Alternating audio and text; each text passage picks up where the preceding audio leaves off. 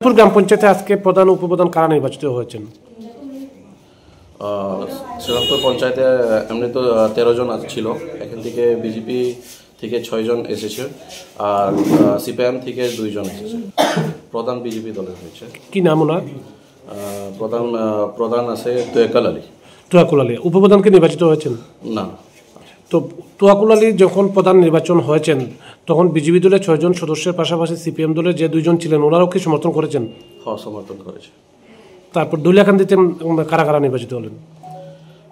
দলেরকান্দিতে আজকে প্রধান আর উপপ্রধান নির্বাচন হয়েছে।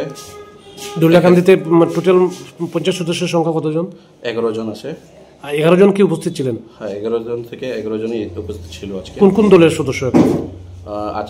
এখানে বিজেপি থেকে 7 জন আছে আর আইএনসি থেকে 4 জন। তখন প্রধান কে হয়েছেন? প্রধান আজকে রেবারানী নমবিশ্বাস বিজেপি দল থেকে, আর উপপ্রধান হিসাবে আজকে তোফাল আহমদ বিজেপি দল থেকে নির্বাচন হয়েছে।